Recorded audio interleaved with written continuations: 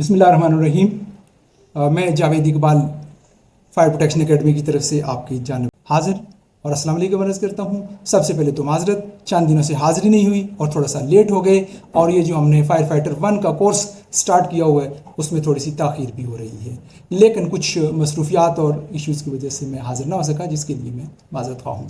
आज हम सफ़र शुरू करेंगे और आज हम थोड़ा सा जाएंगे जल्दी चल की बजाय दौड़ चल में, गुजारा नहीं होगा जल्दी चल में। ठीक है जी, तो आज आप मेरे साथ रहिएगा और इसको हम गो थ्रू करेंगे रैपिडली फायर ग्राउंड ऑपरेशंस को।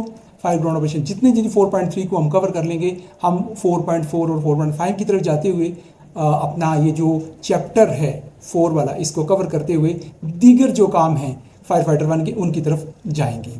तो इस वक्त ये 4.1 को मैंने दोबारा आपके सामने रखा और इसके अंदर पहले एक टच दिया था, एक लिस्ट ये थी 21 चीज़ों को, 21 कामों को जो कि फायर ग्राउंड ऑपरेशन में होने थे। तो अब हम इनको देखते हैं थोड़े से डिटेल के साथ, लेकिन इनका समझना, इनको अपने जहन में रखना, इनके ऊपर काम करना ये बड़ा ज़रूरी है एक फायर फाइटर के लिए। और फायर फाइटर 1 NFPA 1001 लेवल 1 का जो फायर फाइटर है, और वही नॉर्मल एक फायर फाइटर होता है, जूनियर तरीन फायर फाइटर जिसको हम कह सकते हैं। Use self contained breathing apparatus during an emergency.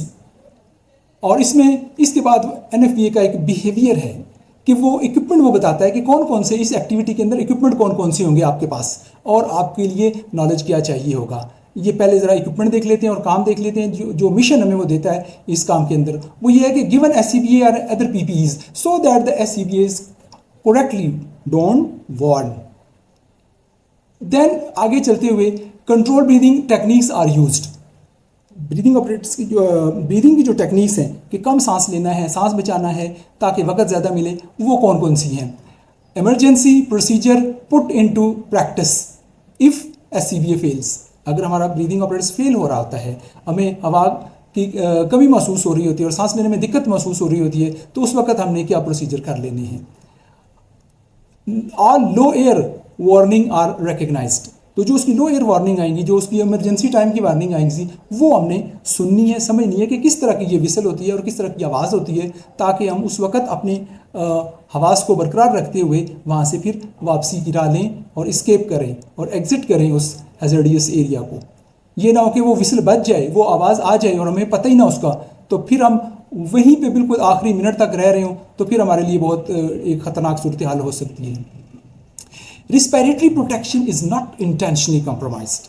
जो हमारे अमल तनफ़ुस का अमल है, सांस लेने का जो अमल है, वो हमें जानबूझ के कॉम्प्रोमाइज़ नहीं करना, जानबूझ के हमें उसको ख़तरे में नहीं डालना। तो इसलिए ये इन चीज़ों का जानना ज़रूरी है। Hazardous areas are exited prior to the air depletion. हमने वो हैज़ार्डियस एरिया जो है उससे वहाँ से निकल जाना है, इससे पहले कि हवा का तवाज़ुन बिगड़ जाए, हवा ख़राब हो जाए और हमारे सांस लेने के लिए प्रॉब्लम हो, वहाँ पे टॉक्सिक गैसेस आ जाएं, स्मोक बढ़ जाए और हमारे पास ब्रीदिंग ऑपरेटर्स में ना हो। तो ये सारी चीज़ें अभी हम 4.3.1 में जानेंगे। सबसे लंबी बात है, बाकी तो फिर थोड़ी छोटी रह जाती है। मैं तो ये समझता था कि हमें NFPA पहले ये बातें बताएगा कि आग क्या होती है, कैसे लगती है, कैसे बुझती है, इसके फैलने के तरीके क्या होते हैं, बुझाने के तरीके क्या होते हैं, ज़राए क्या होते हैं, पोर्टेबल एक्सटिंग्विशर क्या है, उसको कैसे इस्तेमाल करना है, और आग लग जाए कहीं पर तो कैसे करना है, जो वो फायर कॉल करना और इमरजेंसी को कॉल करना और खुद एक्सटिंग्विशर, इस तरह की तमाम बातें वो बताता।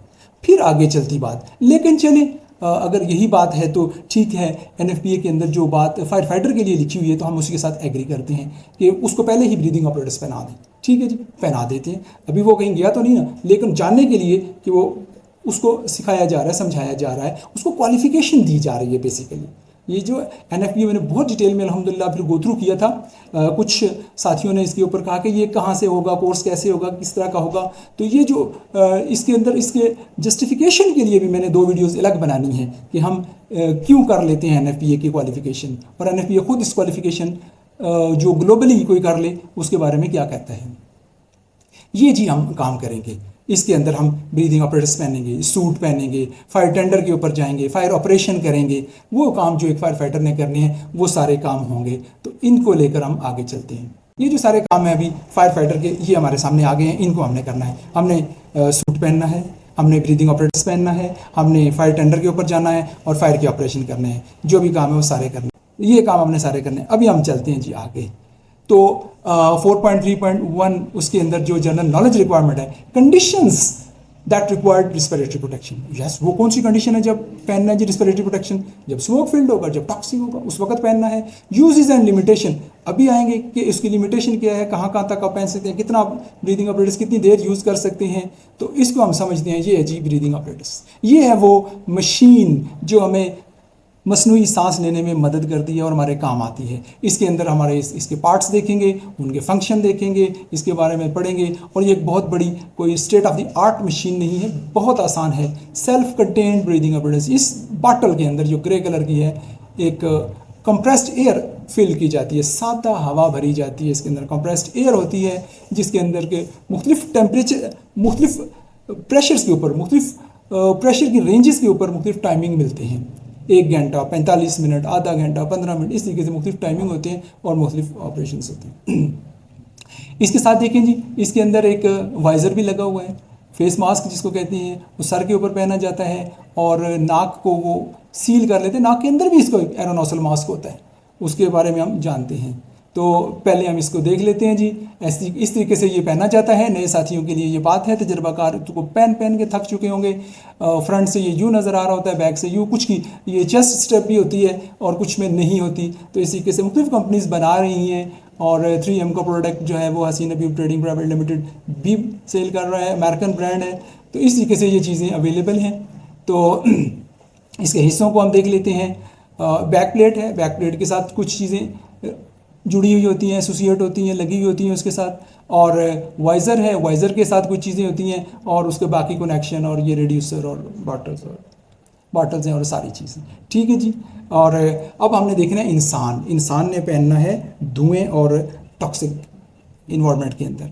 अब असल इंसान के कुल जो हमारे मोटे मोटे सिस्टम है बॉडी के, वो है nervous system, blood circulation system, respiratory system, human skeleton system और डाइजेशन सिस्टम। तो हम सिर्फ ब्रीदिंग ऑपरेटर्स के सिलसिले में जिसके साथ मुतल्लिका है, जो हमारा AOR होगा, जो हमारा एरिया ऑफ रिस्पॉन्सिबिलिटी होगा, जो है हमारा इंटरेस्टेड एरिया होगा, दैट इज़ रिस्पिरेटरी प्रोटेक्शन। अब सांस लेने का जो अमल है, जो सांस का निज़ाम है, उसको हम देखेंगे। और ये जितने निज़ाम हैं बाकी, इनके साथ अभी हम डिस्कस नहीं करेंगे। हम चलेंगे सीधा अपना रिस्पिरेटरी सिस्टम के ऊपर।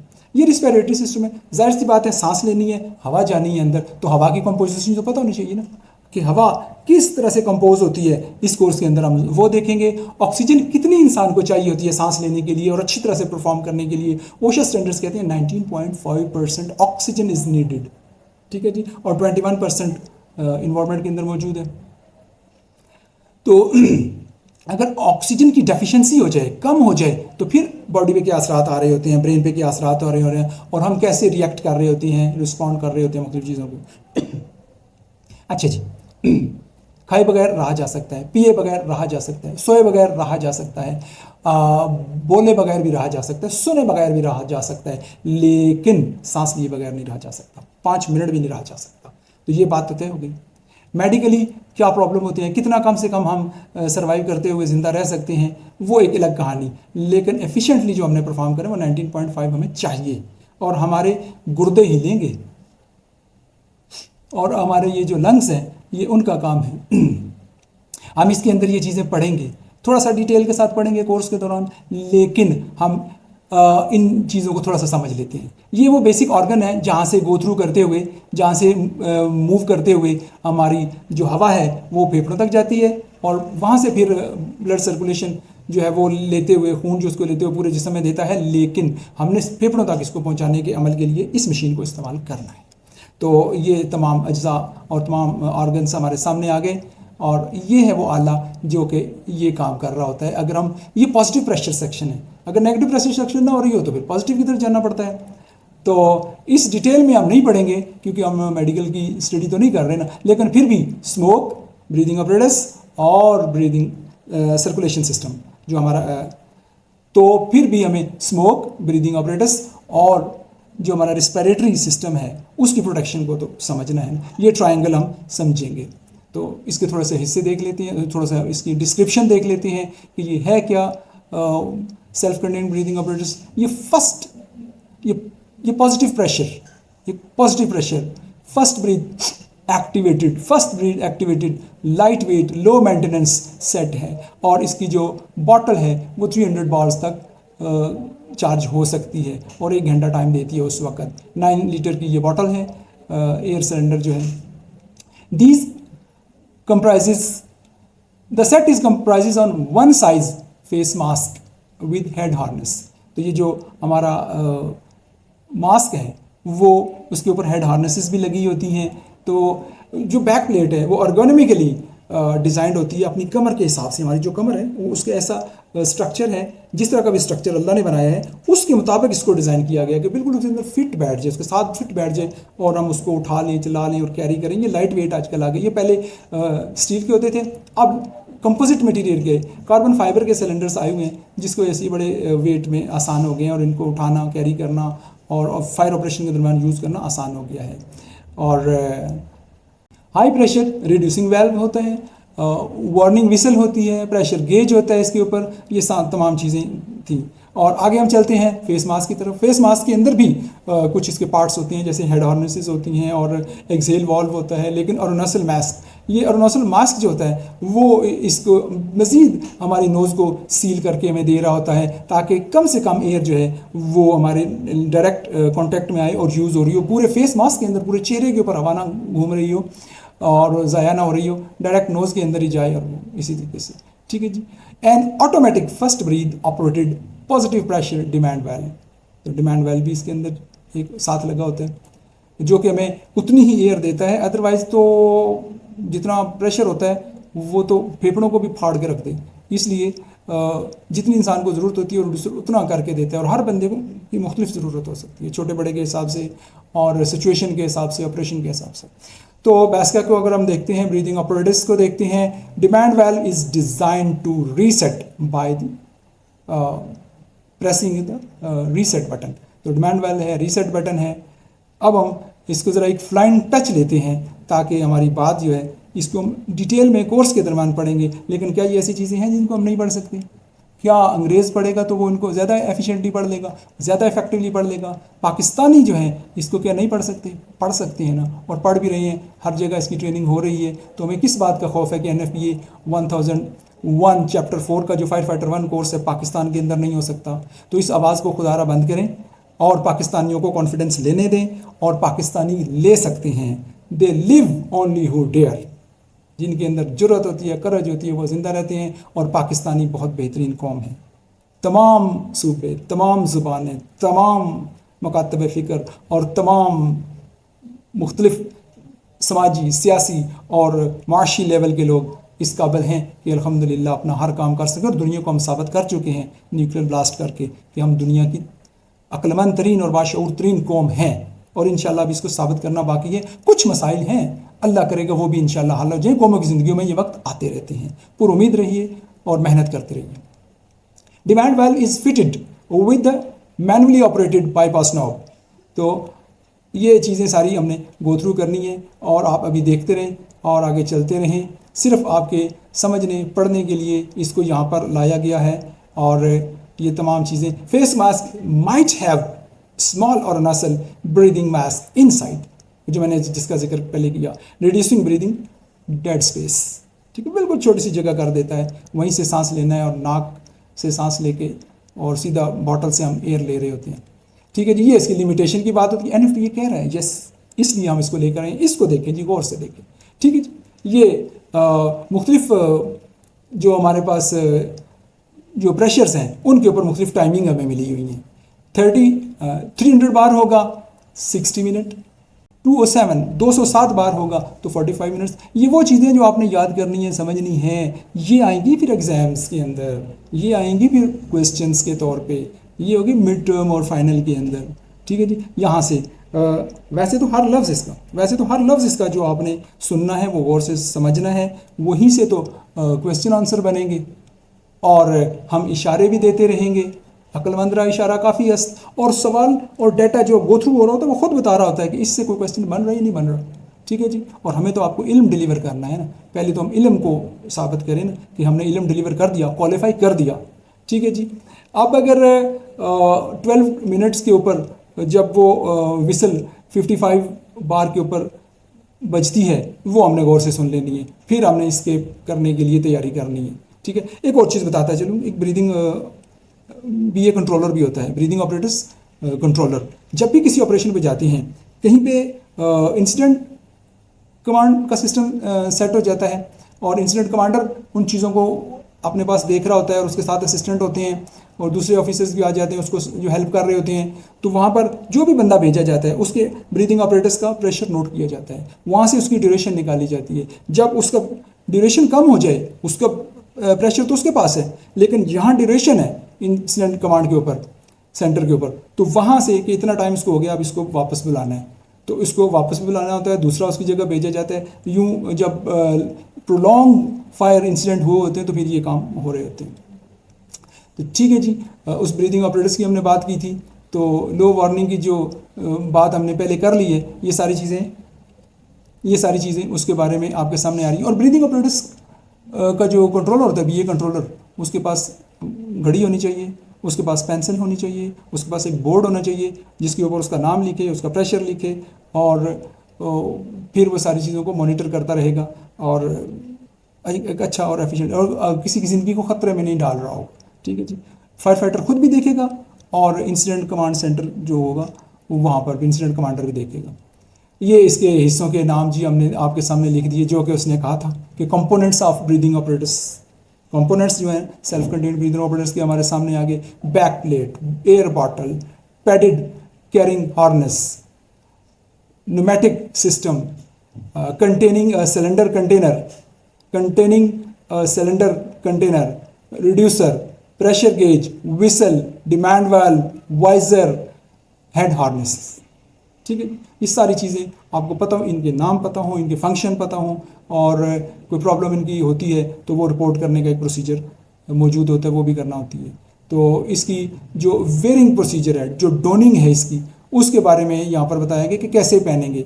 जैसे बच्चे स्कूल का बस्ता पहनते हैं, एक तो वो तरीका है कि राइट से डाला, लेफ्ट से डाला, दूसरी तरफ से सेट करके पहन लिया, फिर बंद कर लिया। एक ये है कि हेड के ऊपर से लेकर आएंगे, हेड से ऊपर लाएंगे और जो मास्क होगा वो गले में लटका लेंगे, और बाकी उसकी सेटिंग करने के बाद स्ट्रिप्स होंगी, उनको खींचेंगे, ऐसे सेट करेंगे। ये जब आपको बार बार पहनवाएंगे ना, तो फिर इंशाल्लाह आपको सारी चीज़ें सामने आ जाएंगी। ये जस्ट अंग्रेज़ी आपके सामने लाए हैं कि आप इनको देख लें कि ये पूरा प्रोसीजर सिखाया जाएगा। डोनिंग का प्रोसीजर बताया जाएगा, डफिंग का प्रोसीजर बताया जाएगा, उसकी मेंटेनेंस के बारे में बताया जाएगा। तो ये सारे काम हमने, आपने वीडियो को रोक रोक के चीज़ों को देखते रहिएगा, वीडियो को रोक रोक के चीज़ों को देखते रहिएगा। ये कुछ चीज़ें थी जो, अब इसके अंदर ब्रीदिंग टेक्निक्स की तरफ हम चलते हैं, और फिर उसके बाद जो बिहेवियर है उसकी मेडिकली कंडीशंस क्या होना चाहिए, फिजिकली क्या होना चाहिए, ये सारी चीज़ों को हम इसके अंदर लेकर आएंगे। तो रिक्विजिट नॉलेज जो हमें वो कहता है, वो ये सारा इसके अंदर आया हुआ है। ब्रीदिंग टेक्निक्स की बात हो रही है जी, ब्रीदिंग टेक्निक्स हमने सामने लेकर आनी है। ये जी एक लिस्ट की है इनको कि ये एक लाएँ, एक तो हम अभी आपको दिखाते हैं ना जी। पहले तो control breathing, skip breathing, box breathing, straw breathing, और फिर एक है जी रिले इमरजेंसी ब्रीदिंग टेक्निक। ये रिले जो है ये स्कॉटिश में बहादुर लड़की को कहते हैं, तो उसके नाम पे ही, या उस वहाँ की बहादुर लड़कियाँ जो उस कल्चर में थी, वो उस वक्त इस टेक्निक को, या किसी लड़की ने ऐसे किया होगा तो उसके नाम के ऊपर वो किया होगा, क्योंकि वहाँ पर लड़कियाँ भी फायर फाइटर होती हैं ना, फीमेल फायर फाइटर्स वहाँ पे भी है। हमारे यहाँ भी आप कल्चर शुरू हो चुका है। तो ये चीज़ें आपके सामने आ गई। तो इन टेक्निक्स को हम एक एक करके लेंगे कि हमने कंट्रोल ब्रीदिंग कैसे करनी है, स्किप ब्रीदिंग कैसे करनी है। ये आपके सामने एक हमने इंग्लिश तो रख दी, लेकिन जिस वक्त हम पूरे के पूरे इसको ट्राई कर रहे होंगे और इसको लेकर चल रहे होंगे, तो उस वक्त ये हमारे पास आएगी कि आहिस्ता आहिस्ता हमने सांस कैसे लेना है, आहिस्ता आहिस्ता हमने कैसे इनहेल करना है, एक्सहेल करना है, ताकि हम कम से कम ऑक्सीजन इस्तेमाल कर रहे हों और हमारा ड्यूरेशन बढ़ रहा हो। जब हम किसी जगह ट्रैप हो जाए, प्रॉब्लम आ जाए, तो ये बॉक्स ब्रीदिंग है, इसको स्क्वायर ब्रीदिंग कहते हैं। इसके अंदर सांस ली, रोका, 4 तक गिना, 4 सेकंड आपने गिनना है, 4 सेकंड उसको गिनने के बाद फिर दूसरा सांस, फिर इनहेल, फिर एक्सहेल, सांस अंदर, सांस बाहर, सांस, और 4 तक गिनते जाएंगे। यूँ हमें थोड़ा सा टाइम मिल जाएगा। तो स्ट्रॉ ब्रीदिंग के अंदर भी है कि स्लो ब्रीदिंग करनी है, कंट्रोल करना है, और बिल्कुल अच्छे तरीके से हमने मैनेज करना है। अगर वो सिचुएशन आ जाती है तो प्रैक्टिस हम इसकी कोर्स में करेंगे। ठीक है जी। ये भी ब्रीदिंग इनहेल एक्सहेल का है। एथलीट की तरह जब आप अपनी सांस को रोकते हैं और आप कोई टाइम गेन कर रहे होते हैं तो ये एक टेक्निक इस्तेमाल होती है उसके अंदर। ठीक है जी। तो रेक्विजिट स्किल्स की अब बात करते हैं। 4.3.1 अभी एंडिंग की तरफ है और हम इसकी ये जो बात करते हैं स्किल्स की, उसके अंदर जी ability to breathing, ability to control breathing, सांस को काबू करने की जो सलाहियत है, कम से कम सांस लें, सांस रोके रखें, ठीक है जी। और replace SCBA air cylinder, SCBA जो एयर सिलेंडर है वो फायर फाइटर को आना चाहिए। उसको सिलेंडर की रिफिलिंग की बात नहीं हो रही है अभी। ब्रीदिंग अपरेटस को जब एक एयर कंप्रेसर के साथ लगा के रिचार्ज करना होता है उसकी नहीं बात हो रही, ठीक है जी। और किस हालत के अंदर चार्ज करना होता है, कहाँ पे रख के चार्ज करना होता है, वो बातें अलग हैं। लेकिन एक फायर फाइटर को कम से कम इसकी बॉटल चेंज करना आना चाहिए। क्यों कि दूसरी बॉटल आ जाए फील्ड तो वो उसको चेंज करके दोबारा से लगा ले और ब्रीथ करना शुरू कर दे। फिर ये है कि use SCBA to exit through restricted area. Restricted area, तंग जगह, बिल्कुल छोटी छोटी जगह ऐसी जहाँ पे बड़ी मुश्किल से लेट के और ऐसे अपने आप को बचाते हुए जाना है, वो वहाँ पर ब्रीदिंग ऑपरेटर्स, ये ना हो कि कहीं फंस जाए और ब्रीदिंग ऑपरेटर्स पीछे फंस जाए और हटक जाए, उस अटकने से ये आदमी वहाँ पे ट्रैप हो जाए। तो ये ऐसा नहीं होना चाहिए। उस चीज़ को देखते हुए वहाँ से गुजरने की प्रैक्टिस है। Initiate and complete emergency procedure in the event of SCBA failure. तो इनिशिएट भी करने हैं, उसको कंप्लीट भी करना है उस प्रोसीजर को जब SCBA फेल हो जाता है। और कंप्लीट डॉनिंग प्रोसीजर भी हम आपको सिखाएंगे। मुकम्मल तौर पे इसको पहनने का तरीका जो है वो हम आपको सिखाएंगे और इसकी केयर एंड मेंटेनेंस भी होनी चाहिए, ठीक है जी। बाकी तमाम PPEs की तरह इसकी भी ट्रेनिंग होनी चाहिए और क्लीनिंग होनी चाहिए, इंस्पेक्शन होनी चाहिए, सारा काम होना चाहिए। और इसमें ये फायर फाइटर ने काम भी करना है, एक साथ एज ए टीम मिलकर काम भी करना है। तो फिजिकल रिक्वायरमेंट्स जो है SCBA वेयर की वो भी अभी सामने आ गई कि वो उसको ब्रीदिंग का कोई प्रॉब्लम ना हो, अस्थमा ना हो, दमाशमा ना उसको हो, किसी किस्म का ऐसी कोई बीमारी ना हो, कोई विजन का कोई प्रॉब्लम ना हो, आई साइट का कोई इशू ना हो, नज़रों शजरों का उसको मिसाइल ना आ रहे हो, और कोई फोबिया ना हो, कोई खौफ ना हो, कोई डर ना हो उसको कि मैं ये पहनूंगा तो मर जाऊंगा, मैं सांस नहीं ले सकूंगा, मैं गिर जाऊंगा, कुछ हो जाएगा। क्योंकि उसने सीढ़ियों पे चढ़ना है, उसने बिल्डिंग्स के अंदर जाना है और उसने होजेस उठाने हैं, उसने दीगर कटिंग एंड स्प्रेडिंग इक्विपमेंट उठाने हैं और उसने ब्रीदिंग अपरेटस भी पहनना होता है, सूट भी पहनना होता है। तो इसलिए वो फिजिकली बिल्कुल कमज़ोर ना हो और कोई और मेडिकल इशू भी ना हो उसके साथ। तो इसलिए ये सारी चीज़ें चेक करते हुए हम आगे चलेंगे। तो ये हमने एक 4.3.1 को आपके सामने लिस्ट कर दिया कि वो नॉलेज रिक्वायरमेंट्स क्या बता रहा है और स्किल रिक्वायरमेंट्स क्या बता रहे हैं। तो हम अभी तक के लिए इतना ही काफ़ी है। 4.3 डिटेल में इंशाल्लाह मज़ीद चलेगा, लेकिन वो कोर्स के दौरान चलेगा, वो हसीन अभी फायर सेफ्टी एकेडमी के अंदर चलेगा इंशाल्लाह। और जो दीगर साथी जिनको हमने इन चीज़ों को दिया या उन्होंने लिया पूरे पाकिस्तान के अंदर, ये फायर फाइटर 1 के जब कोर्सेज होने शुरू हो जाएंगे तो पाकिस्तानी भी इंशाल्लाह कॉन्फिडेंटली जब ये सारी ब्रीफ कर लेंगे चीज़ें वोरा साहब के इंटरव्यू में या शेख साहब के इंटरव्यू में बैठ के, और जो हमारे पाकिस्तानी मुहज़्ज़ब, मैं जितना भी एहतराम और अदब वाले अल्फाज इस्तेमाल करूं उन लोगों के लिए कम है जो पाकिस्तान के बाहर बैठकर पाकिस्तानियों को ले रहे हैं, वेलकम कर रहे हैं, सपोर्ट कर रहे हैं। सऊदी अरब के अंदर हैं, दुबई के अंदर हैं और कतर के अंदर हैं और दीगर ममालिक के अंदर। कुछ हमारे राब्ते में हैं और कुछ हमें नहीं पता, लेकिन हमें ख़बरें आ रही हैं कि पाकिस्तानियों ने भी वेलकम करना शुरू कर दिया है। हाथ पकड़ के पाकिस्तानियों को खींच रहे हैं, ना कि टांग पकड़ के खींच रहे हैं।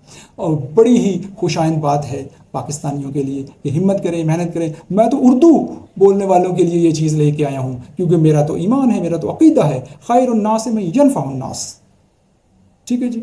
तो हम तो खैर की चीज़ हर एक को दे रहे हैं, हम अक्रॉस द बॉर्डर्स जा रहे हैं, हम जहाँ जहाँ उर्दू बोलने और समझने वाले हैं सबको ये पेश कर रहे हैं कि ये चीज़ें लें और इंसानों के लिए खिदमत करने वाले बेहतरीन बन जाएं और अच्छाई करें, बेहतरी करें। अभी तक के लिए इतना ही। अपना और अपने चैनल का ख्याल रखिएगा और मिलते हैं अगली वीडियो में 4.3.2 के साथ। अल्लाह हाफिज़।